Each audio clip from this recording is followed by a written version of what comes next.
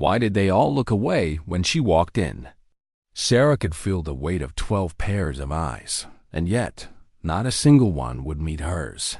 The briefing room smelled faintly of smoke, a bitter reminder of the orange fireball that had ended. Her last training flight, the Apache hadn't failed her. The machine had failed itself. A catastrophic hydraulic collapse in the middle of a perfect attack run. She'd wrestled the crippled bird into a controlled crash landing. Textbook procedure, 0 casualties. Any other pilot would have been celebrated for it. But not her, not here. 3 seconds too slow. Major Williams' voice cracked like a whip. His scowl was etched deep, like it had been carved years ago. In combat, those 3 seconds would have killed your gunner and cost us $40 million. Sarah kept her jaw locked, her pulse steady. This was the 3rd time they'd thrown her out of Apache training.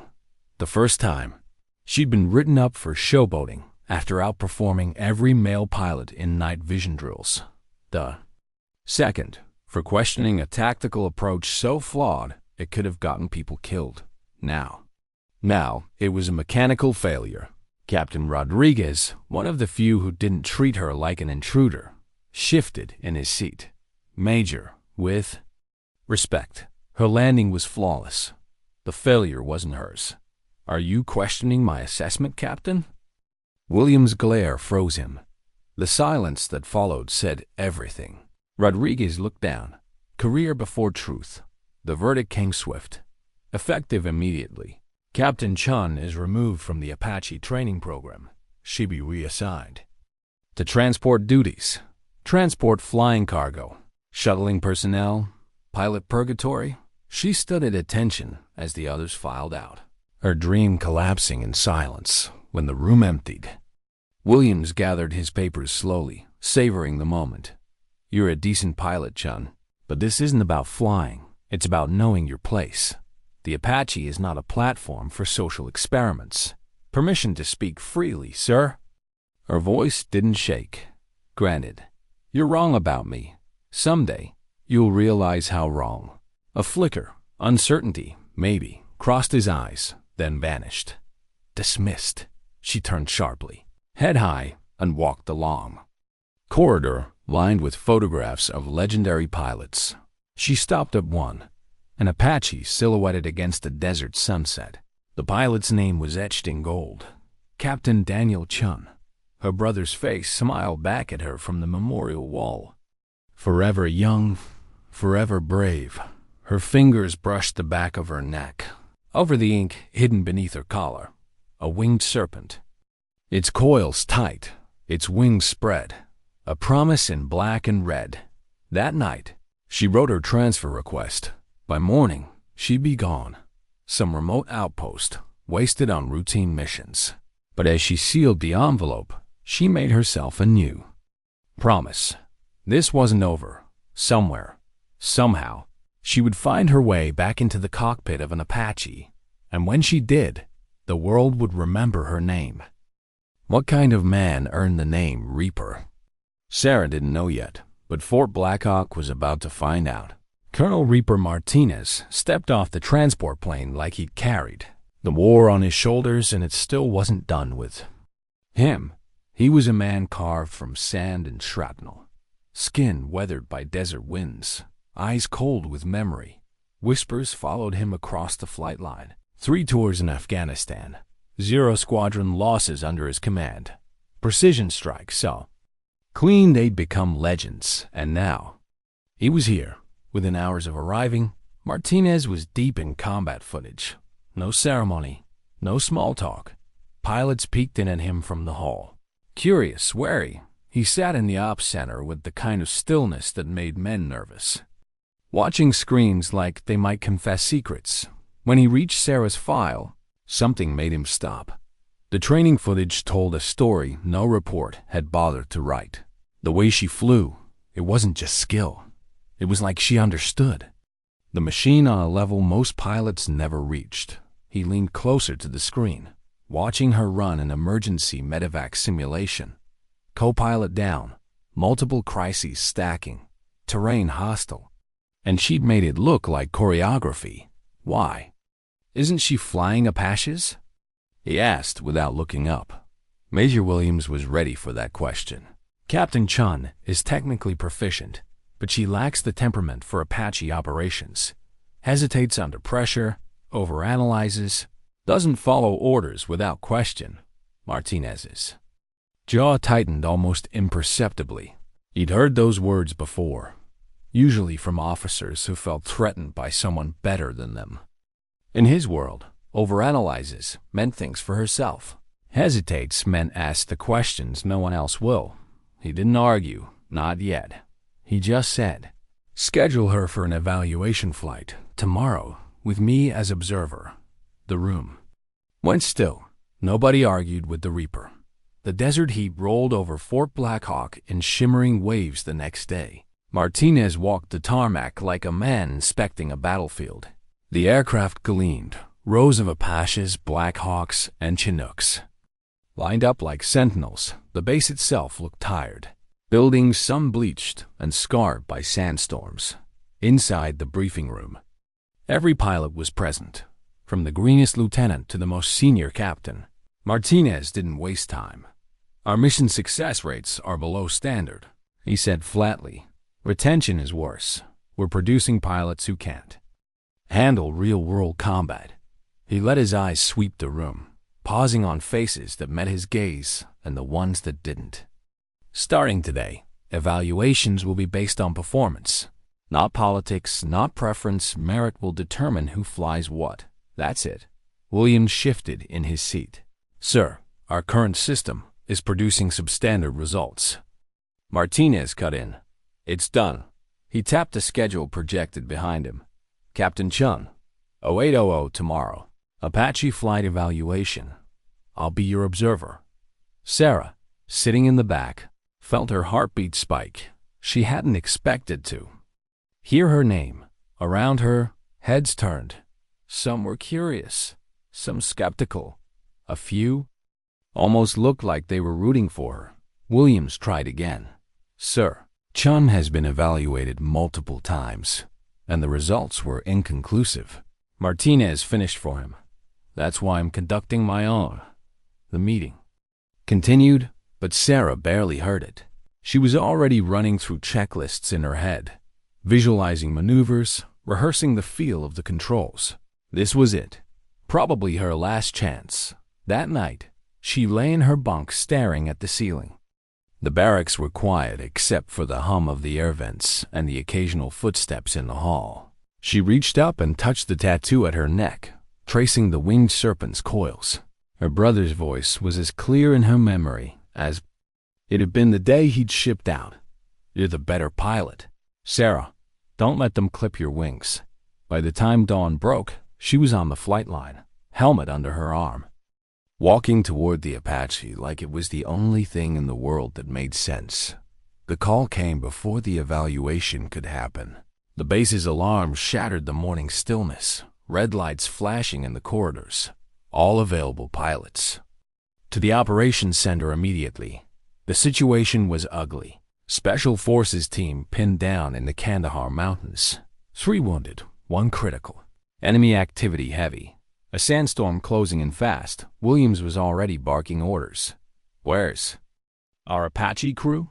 Rodriguez? Down with food poisoning haze? On leave, Parker? In the infirmary with a concussion. Martinez's eyes swept the room. What about transports? Only Bird Ready is Old Faithful, the duty officer replied grimly. Everyone knew the name, a Vietnam-era Huey that should have been retired. A decade ago, no working GPS, busted radio, patchwork repairs holding her together. I'll take her, Sarah said without hesitation. Williams wheeled on her. Absolutely not, Chun. You're not qualified for combat search and rescue. I'm qualified to fly her. She shot back. And those soldiers don't have 2 hours for us to debate it. Martinez studied her. He saw no bravado in her face, just the quiet certainty of someone who'd already decided what she was willing to risk. He remembered another pilot like that. Prep Faithful, he said. Chum, wheels up in 15. The Huey's engines coughed and rattled as Sarah brought them online. The controls felt heavier than an Apache's, but her hands knew what to do. The flight to the valley was 45 minutes of dead reckoning through intermittent GPS signals and growing walls of dust on the horizon. The canyon was a death trap. Narrow, sheer cliffs, perfect for an ambush. Tracer fire reached for them as they descended. Through the windshield, she saw the green smoke marking the landing zone, barely big enough for the skids surrounded by enemy fire. Ghost 1 inbound, she called over the radio. Keep their heads down for 30 seconds. She dropped in fast, flaring at the last moment. The medics were on the ground before the skids settled, moving toward the wounded. And that's when her collar caught on the instrument panel. The fabric tore. Martinez, sitting beside her, froze. The tattoo on her neck was fully exposed, a winged serpent coiled around a lightning bolt. Below it, in flowing script, 2 words, Night Stalkers. He knew that symbol. He'd worn it. By the time they lifted out of the valley, weaving through the canyon with enemy rounds sparking off rock, he'd already made up his mind when they landed. He didn't let her walk away. Captain Chun, he said quietly. My office now. The door shut behind them. Martinez went to his desk, picked up a photograph of an Apache against the desert sky. I haven't seen that insignia in 3 years, he said. Sarah's throat was dry. Sir, I can explain. Your brother was Danny Chun, call sign Viper. His voice softened. Best Apache pilot I ever flew with. She blinked hard. You knew him? I was his squadron commander. I sent him on his last mission. The words came like gravel. He saved the operation, didn't save himself. For a long moment, the only sound in the room was the faint hum of the air conditioner. He talked. About you, Martinez said. Said you could fly circles around any of us. If you ever got the chance. She swallowed against the burn in her chest. I'd promised him I'd carry on what he started, that I'd prove women could fly Apaches. As well as men, better. Even. Martinez leaned back, studying her like a puzzle he'd just solved. After what I saw today, Williams is wrong. You've got Night Stalker in your blood. Sarah looked down, touched the tattoo. Then give me the chance to prove it. Martinez's answer came without hesitation. You'll get it. And this time, anyone who has a problem with it can take it up with me. Why did the intel feel too clean? Sarah sat in the pre-dawn briefing room, eyes fixed on the tactical map glowing in front of her. The mission was straightforward, at least on paper. Insert a special forces team into the Helmand Valley. Provide overwatch while they gathered intel on enemy supply routes. Then extract them before sunrise. Clear skies, minimal wind, light enemy presence. Lieutenant Morrison reported. A few scattered patrols, maybe some IEDs along the roads. Nothing our Apaches can't handle. Rodriguez leaned over the map beside her. Cakewalk, in and out, before the coffee goes cold. But Sarah's gut tightened. The terrain was perfect for a trap. Ridges high enough for missile teams, shadows deep enough to hide entire platoons, and the intel. It was too perfect. What about escape routes? She asked, tracing alternate flight paths with her finger. If we need to extract under fire, what's our plan? From the other side of the table, Major Williams' voice cut in like a blade. Captain Chun, this is a low-threat environment. Your job is overwatch, not second-guessing intelligence assessments. The room fell quiet. His tone carried the same weight it always did when he wanted to remind her she didn't belong here. I'm trying to ensure we're ready for contingencies. Sarah replied evenly. What you're doing, Williams shot back, is wasting time with unnecessary paranoia. Follow the plan. Colonel Martinez, silent until now, stepped forward from the back of the room. Actually, Captain Chun's right. Rodriguez, show us the alternate routes. As Rodriguez brought up the maps, Sarah caught Martinez's eye. A small nod passed between them. It was enough. 2 hours later, Ghost Flight. Sarah and Rodriguez were lifting off in the pre-dawn darkness. rotors carving the still air. The Apache's cockpit felt like home. Every switch and dial exactly where it belonged beneath her hands. Ghost One. This is Viper 6. Can Captain Thompson's voice from the Special Forces team. We're locked, loaded, and ready for insertion. Copy that, Viper 6. Ghost Flight is airborne. The insertion went smoothly. Sarah and Rodriguez orbited high while the team fast-roped into a rocky clearing and vanished into the terrain. 4. The first hour, it was textbook. The team moved along their route, marking enemy positions on their maps. Sarah's sensors swept the ridgelines. Nothing unusual in the returns, and then the valley lit up. Ghost One. We're taking fire. Thompson's voice broke through the comms under the roar of gunfire. Multiple enemy positions. We're pinned down. Sarah's blood ran cold. Through her display, she could see the muzzle flashes, not from a few scattered fighters, but from entrenched positions all over the valley. At least 20. Ghost 2? Eyes on sources? She called, "Negative. Ghost One. They're dug in, using the terrain for cover." Wait. Rodriguez's voice hardened. "Missile launchers. East Ridge." The warning tone in Sarah's headset screamed. "Missile lock." "Break right!" Rodriguez shouted. She slammed the stick over, the Apache rolling into a violent, evasive maneuver. A missile streaked past her canopy, close enough that she could see the smoke trail twist in the dawnlight. Ghost Flight. This is Overwatch. Williams' voice cracked through the static.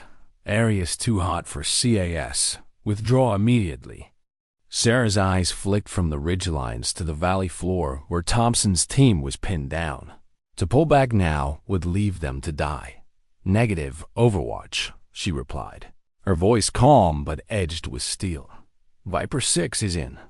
Contact and needs immediate support. Ghost One is going in." "That's a direct order, Chun." "Withdraw." She reached up and flipped the command frequency off. Silence, just her breathing, the rumble of the engines, and the sound of enemy fire below. "Ghost 2, she said. "Suppress those missile sites. I'm going after the ground." "Positions. Ghost One, you can't get close enough without. They picked the wrong ghost to mess with." She cut in. The canyon mouth rushed up at her. Sarah rolled the Apache inverted and dropped into the narrow gap, leveling out 50 feet above the canyon floor. The cliffs rose on either side like the walls of a giant's throat. Blotting out the rising sun, the enemy had been ready for an attack from above, not for a gunship screaming up the canyon at nearly 200 miles per hour. Weapons swung toward her too late. She was already inside their kill zone, where their angles and fields of fire collapsed. Hellfire missiles streaked from her pylons, guided by years of training and instinct so sharp it felt pre-wired into her muscles. Explosions tore the ridge positions apart, shockwaves echoing between the walls. "Holy hell, Ghost One." Thompson's voice came through, ragged with adrenaline.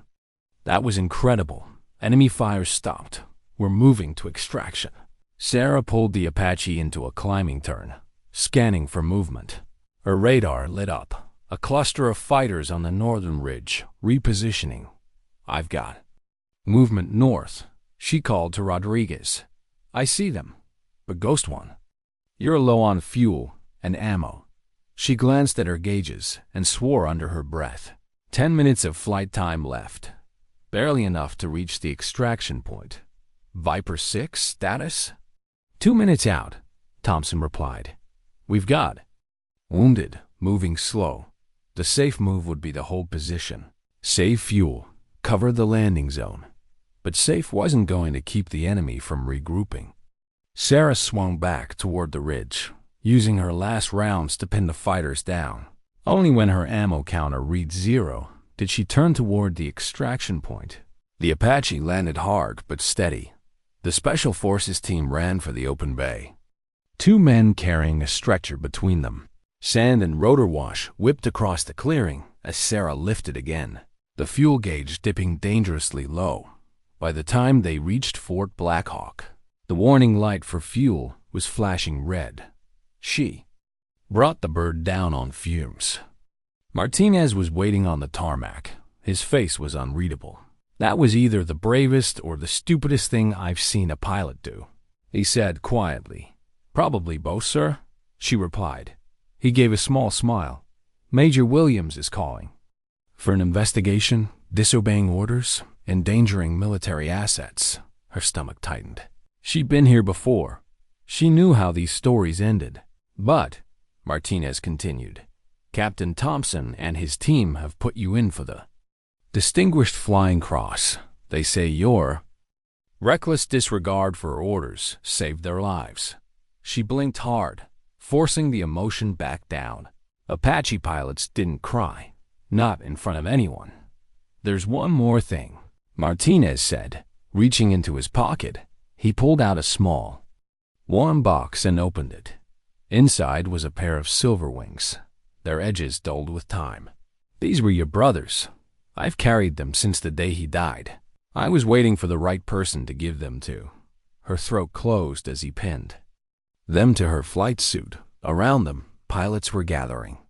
Some of the same men who'd once looked right through her. Now, their expressions had changed. Respect, even awe. Martinez stepped back.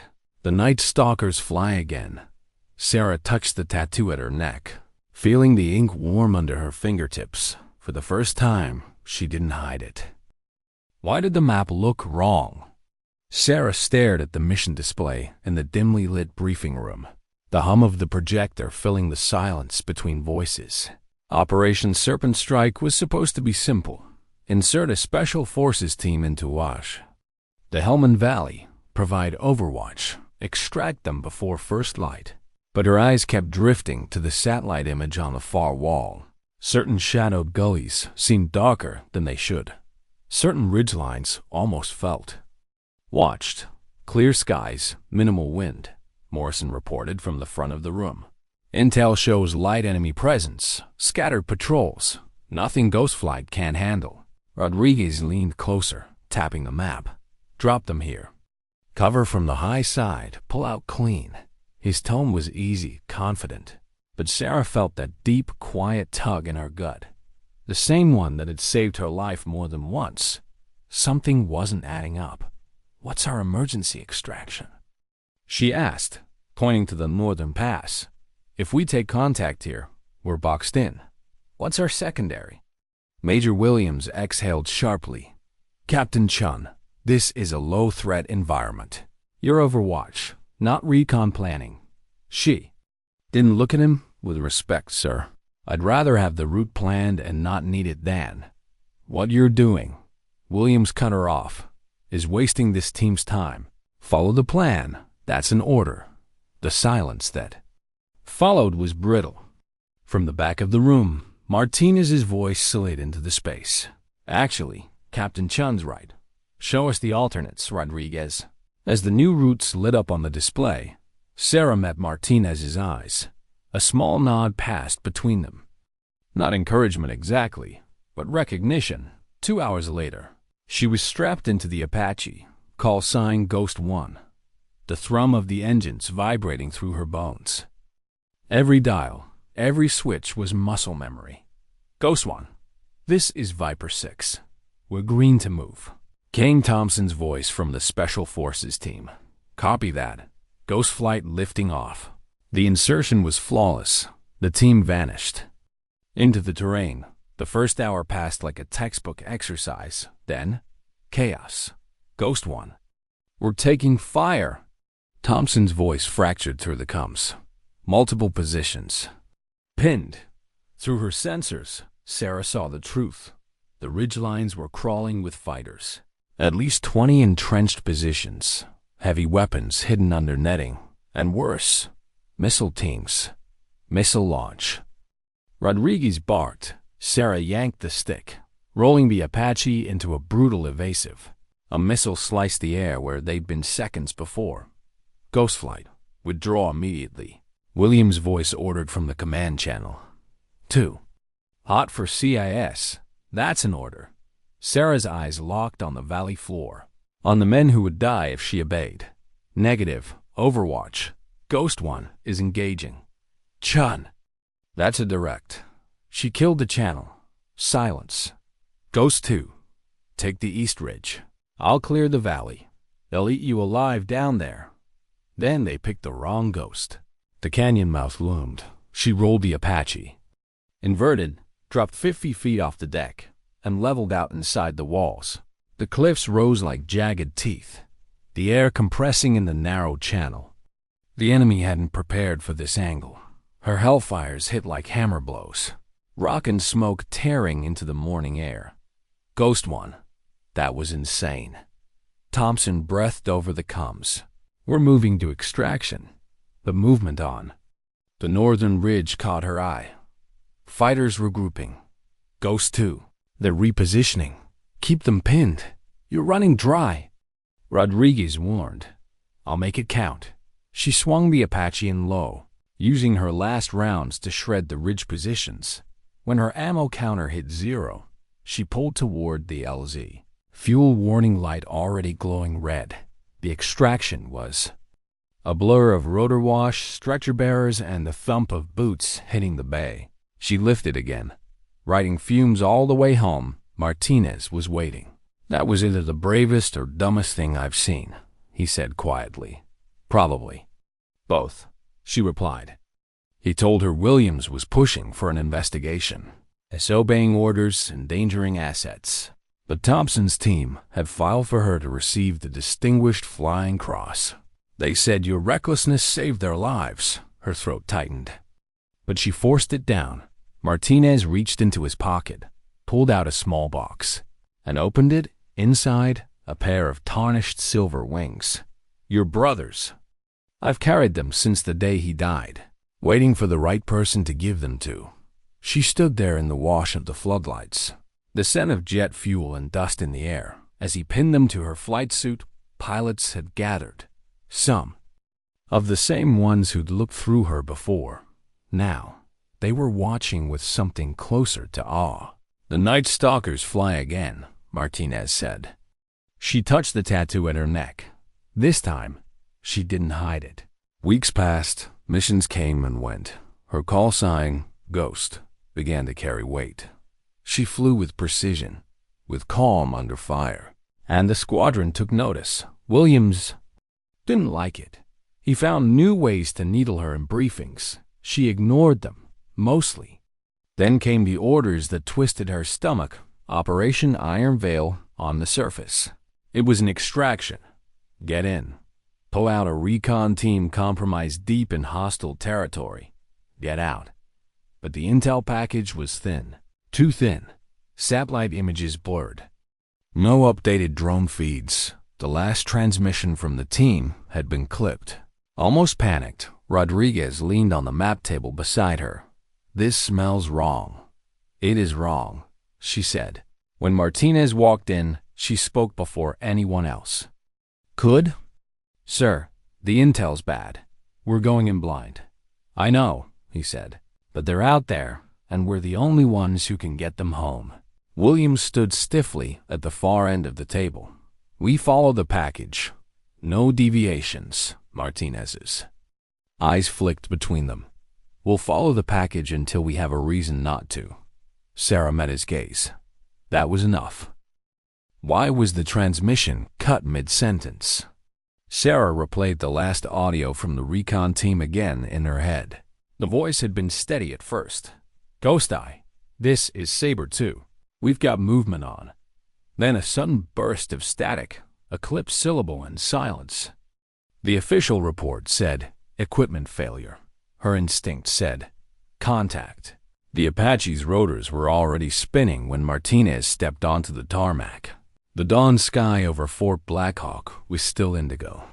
The first edge of light just grazing the horizon. Rodriguez climbed into Ghost 2, helmet under his arm.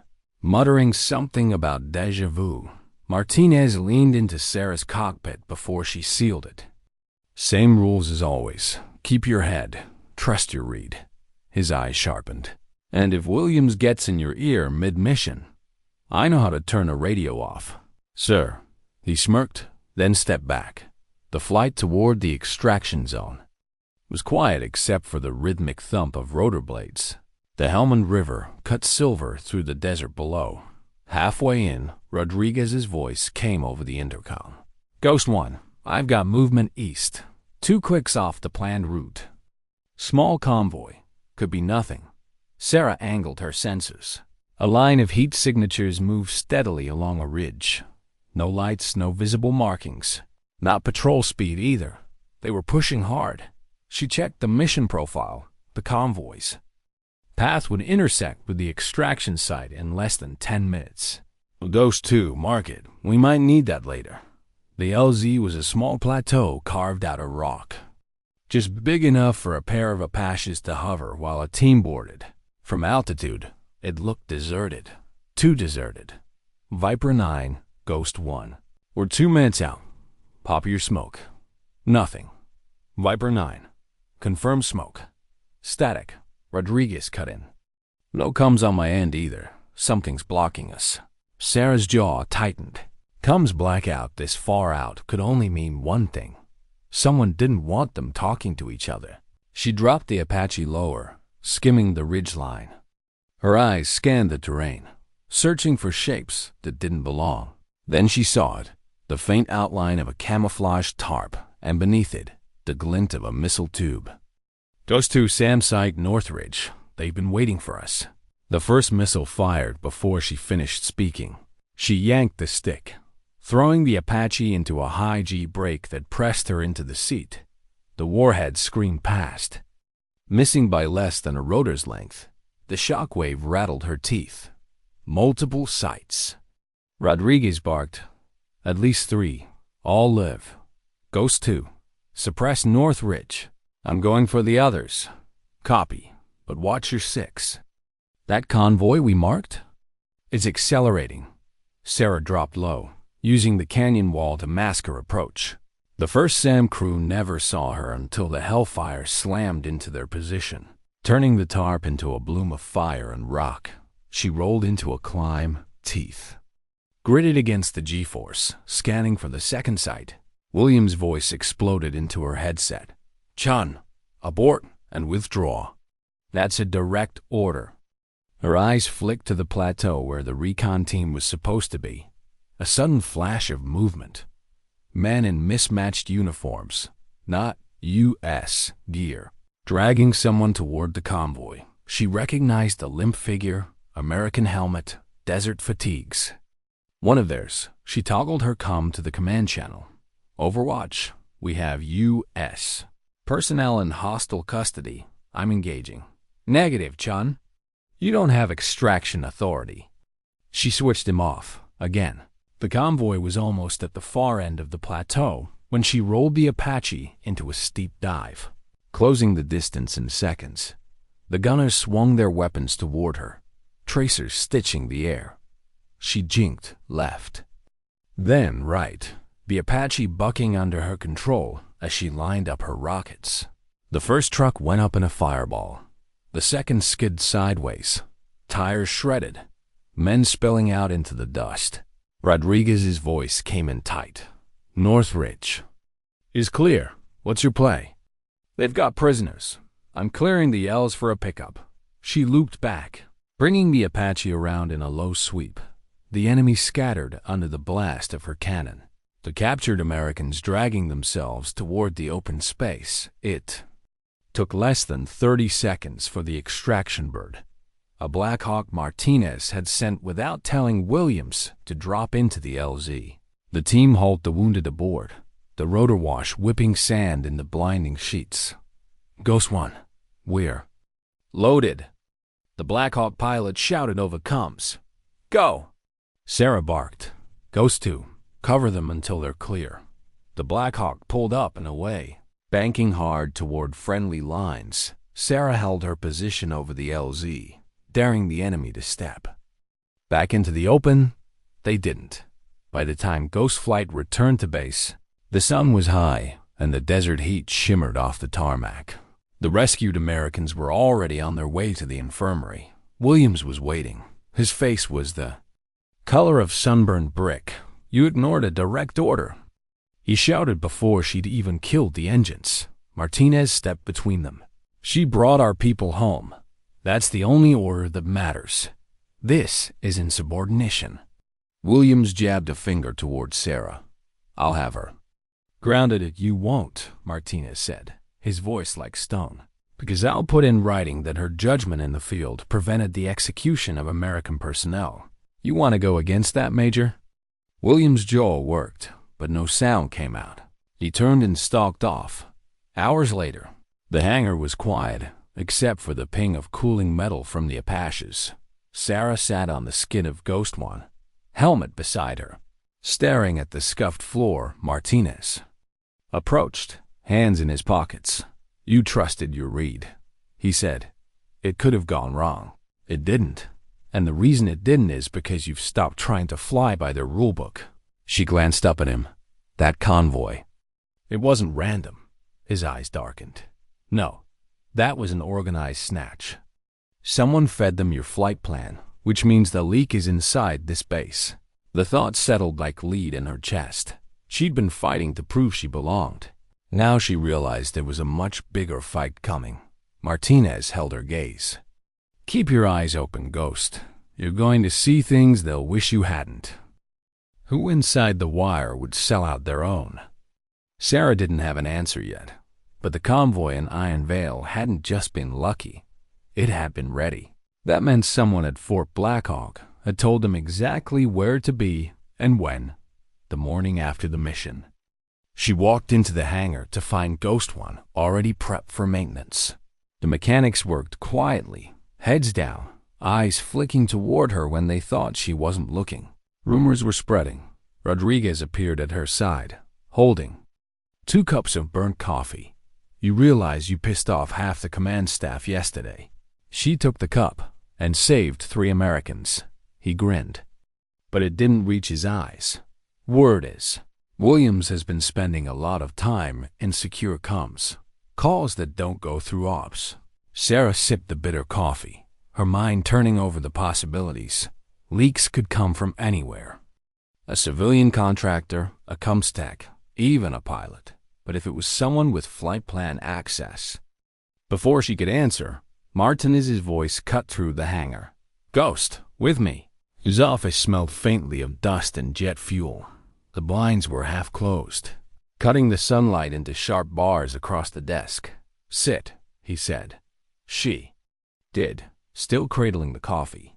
"We've got another mission," he began. "Different parameters. Covert. Covert how? Officially, it's a supply escort. Unofficially." He leaned forward. "We're bait." Sarah's eyebrows lifted. "For who?" "The same people who tried to grab our recon team. Intel thinks they'll try again. They want us to let them." She processed that for a beat. "So we dangle ourselves out there. Wait for them to bite, and then we follow them home," he finished. "But it has to look real.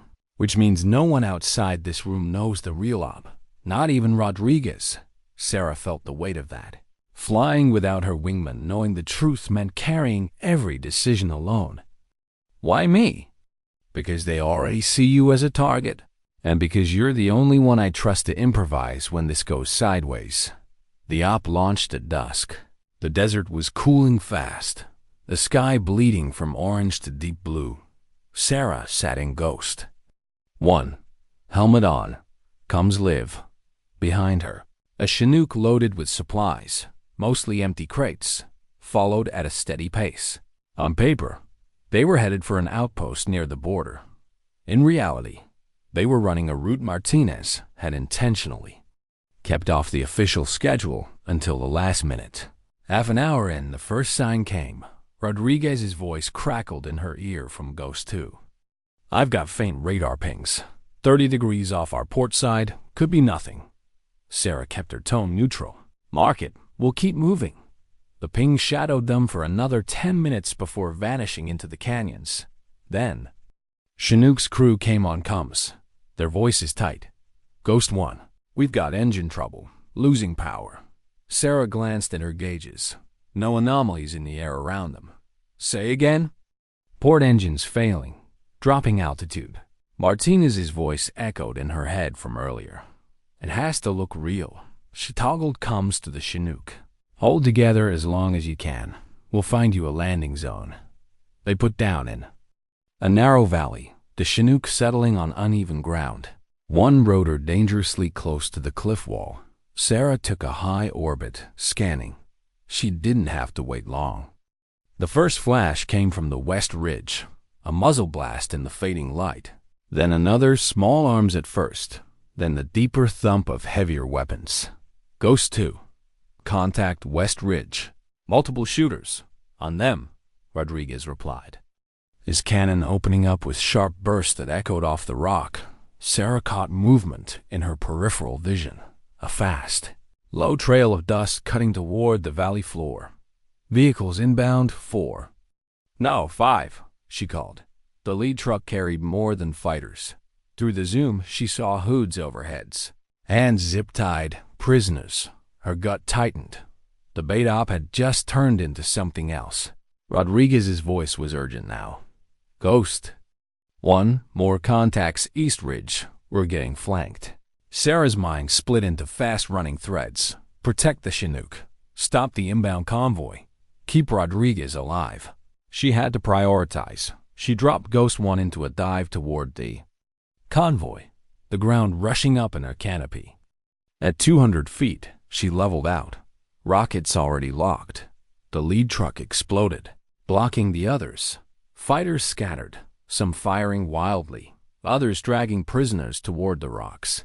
Ghost 2, break off East Ridge, cover the valley. Floor, she ordered. I'll leave you exposed. Do it. As Rodriguez's fire swept the eastern approach, Sarah set the Apache between the prisoners and the remaining trucks. She could see their faces now. Dirt, blood, confusion. 2 in U.S. uniforms, 1 in civilian clothes. Get to the Chinook. She shouted over the external PA, even though the rotor wash shredded her voice. One of the fighters broke from cover. A shoulder-fired missile tube braced against his shoulder. Sarah's targeting system screamed a warning. She dropped flares. The missile missing by feet, detonating against the cliff. The shockwave rattled her teeth. The prisoners were halfway to the Chinook when new fire erupted from the ridge above them.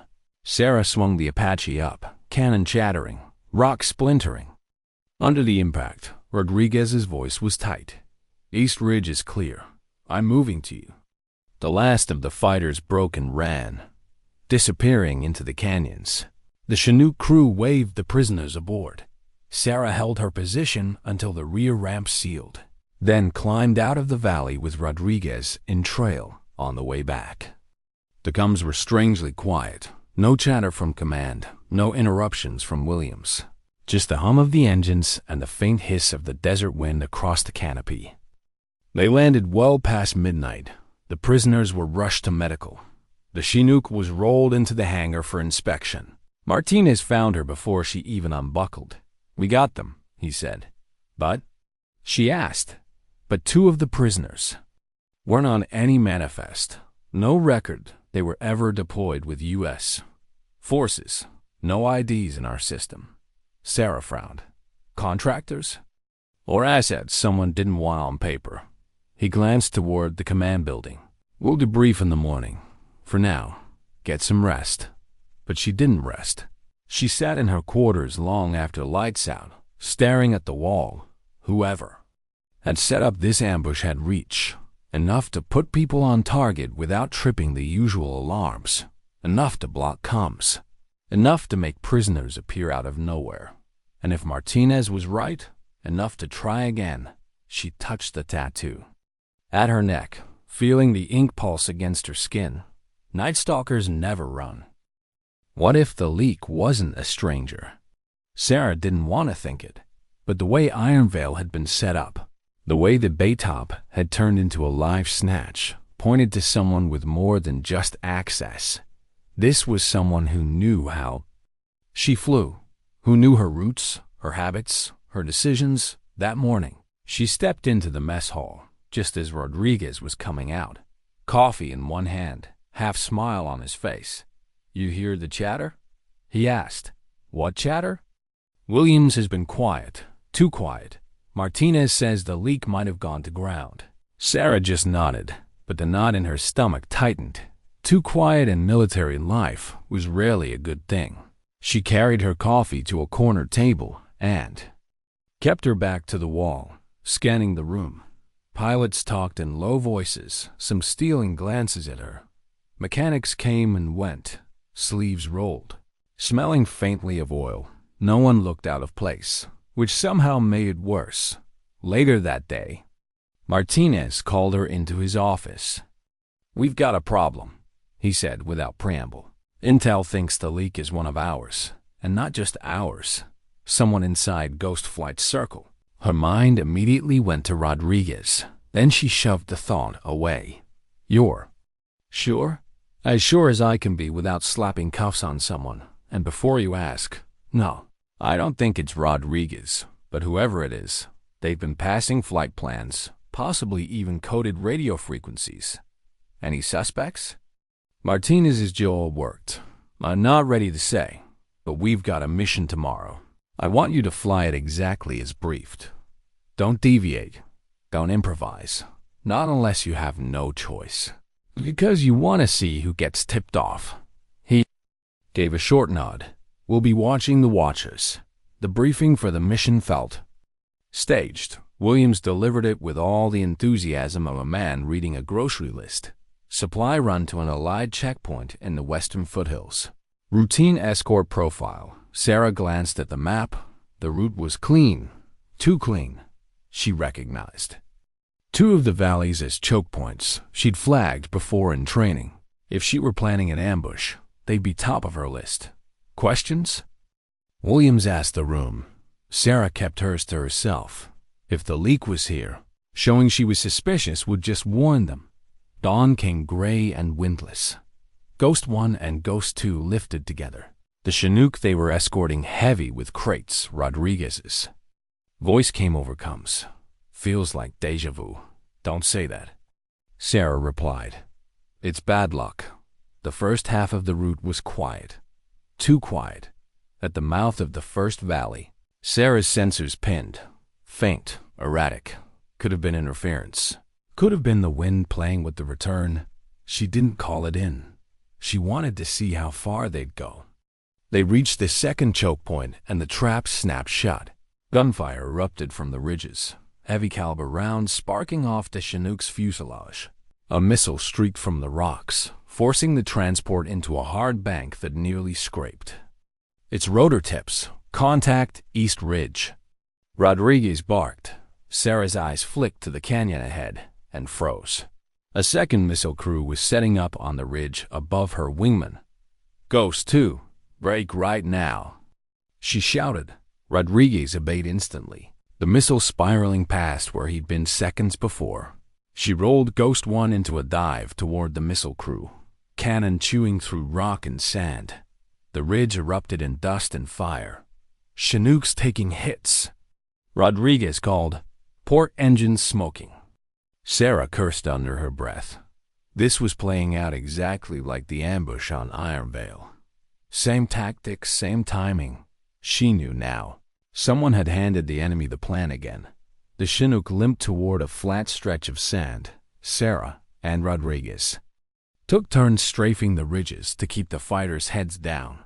As she pulled into a climb, her radar lit up. A lone vehicle, breaking from cover, heading west at high speed. It was moving away from the fight, not toward it. Rodriguez came. "On comes Ghost 1. I think that's our leak's courier." Her mind spun. If they let the vehicle go, they could tail it and maybe find the source. But the Chinook was still under fire, its crew fighting to keep it in the air. Rodriguez's voice sharpened. "We can't chase and cover at the same time." It was the choice Martinez had warned her about, not between life and death, but between saving her people now or letting the trail to the traitor go cold. She looked down at the burning ridges, then at the dust trail from the escaping vehicle. Every instinct screamed to go after it. Instead, she swung Ghost 1 back toward the Chinook. "We'll get the courier another day. Today, we keep our people alive." By the time they limped back to Fort Blackhawk, the sun was high and the Chinook's skin was pocked with fresh scars. Williams was waiting again, the same thin smile on his face. "You deviated from the plan, Captain Chun." She met his eyes. Without flinching, "I followed the mission. The mission was to bring them home." His smile twitched. "One of these days your luck will run out." Martinez stepped in. "The luck didn't bring that Chinook back, she did. Debrief in 1 hour. After the room cleared, Martinez closed the door behind them. "You saw it, didn't you?" he asked. "The vehicle?" He nodded. "We think it was headed to a relay point. Could have led us straight to whoever's feeding them." "I made the call," she said. "I'm not sorry. You shouldn't be, but it means we're still blind, and if they know we're looking, they'll get smarter." She leaned forward. "So we make them think we've stopped looking." Martinez gave a slow smile. "Ghost. I like the way you think. How do you catch a ghost inside your own walls?" Sarah had been asking herself that for weeks. Every mission since Iron Vale had been a balancing act, watching for patterns without tipping her hand. But the enemy's moves were getting cleaner, faster. They weren't guessing anymore. They were anticipating. Martinez called her into his office on a night thick with desert heat. The air inside was still, blinds drawn. "We've got it," he said without preamble. "The leak." Her stomach nodded. "Who?" His jaw tightened. "Rodriguez." She shook her head instantly. "No. He's taken fire for me more times than I can count." "I'm telling you what the intel says," Martinez replied. "Encrypted comm logs from his terminal, tied to enemy. Relays, coordinates that match every compromised mission." Sarah felt the floor tilt under her. "That doesn't make sense. If he wanted me dead." "He's had a dozen chances to let it happen." Martinez leaned back. "Which is why I want you to fly with him one more time. Tonight, no warning, no prep. We're feeding false data to command. A decoy mission. If it gets compromised before we hit the air, oh." She finished for him. "We'll know." The briefing was short, almost perfunctory. Williams barely glanced at her. "Supply dropped to checkpoint Archer. Nothing to it." Rodriguez just smirked. "Easy miles, Ghost." They lifted in the cool pre-dawn air, the desert below awash in blue shadows. The flight path was straight. Simple. Too simple. 20 minutes in, Sarah caught it. The shimmer of heat blooms on her radar. Directly ahead in what should have been empty airspace, a half-dozen vehicles dug into cover, right on their path. The trap had been sprung before they'd even cleared the halfway mark. "Ghost 2, we've got company," she said. Rodriguez's voice was steady. "Copy that. What's the play?" She tested him. "We could divert north. Take the long way." "Negative," he replied quickly. "We punched through." Her fingers tightened on the cyclic. If he was the leak, pushing through meant delivering them straight into the kill box. So, she lied. "Copy. Punching through." But she pulled wide instead, hugging the terrain, taking them through a dry riverbed that masked their movement from the ambush site. When they emerged on the far side, the kill box was still waiting, but empty. Whoever was guiding them had just lost their shot. They completed the drop. Nothing more than sand-filled crates, and returned to base without taking fire. Sarah didn't speak during shutdown. She just climbed out, helmet in hand, and walked straight to Martinez's office. He was already there, eyes on a secure feed. Williams stood stiffly in the corner. "The comm channel from the ambush site went live 5 minutes after you diverted," Martinez said. "The relay signal originated from the base, from Rodriguez's terminal." Sarah exhaled slowly. "So it's real." Martinez nodded once. "Sid will take it from here." She found Rodriguez in the hangar, leaning against Ghost 2 like it was any other day. He looked up when she approached, reading the truth in her face before she spoke. "They know," she said quietly. His expression didn't change much. "Yeah, I figured." "Why?"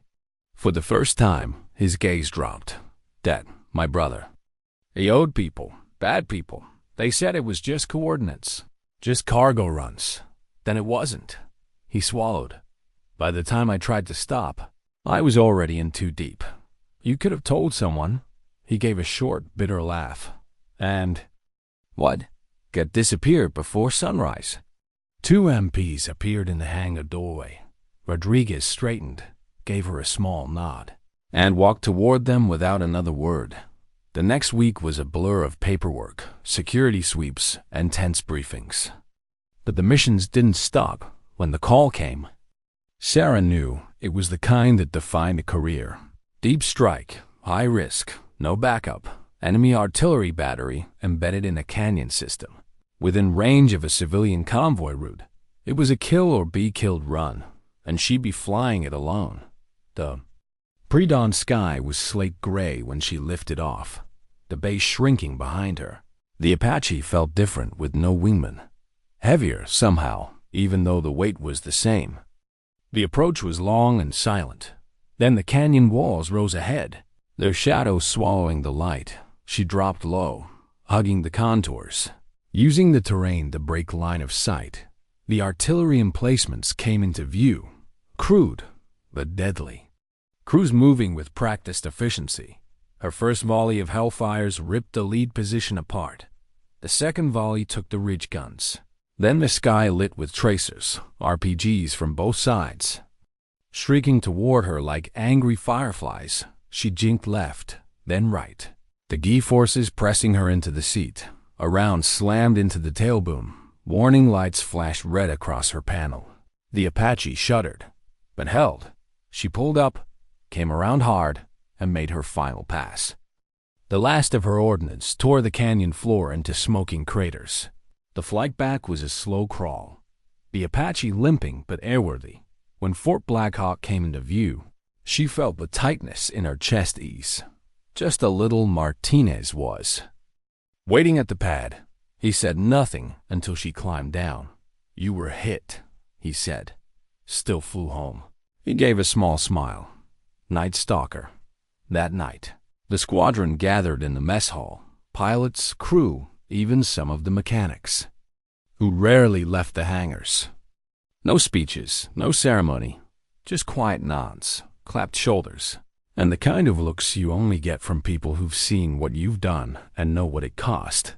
Sarah sat at the edge of it all, her collar loose, the wind serpent tattoo visible.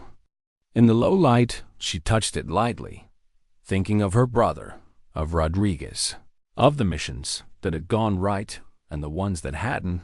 Out in the desert, the war still waited. Missions would come, some would be clean, some would be chaos. But she'd fly them, because that was the promise.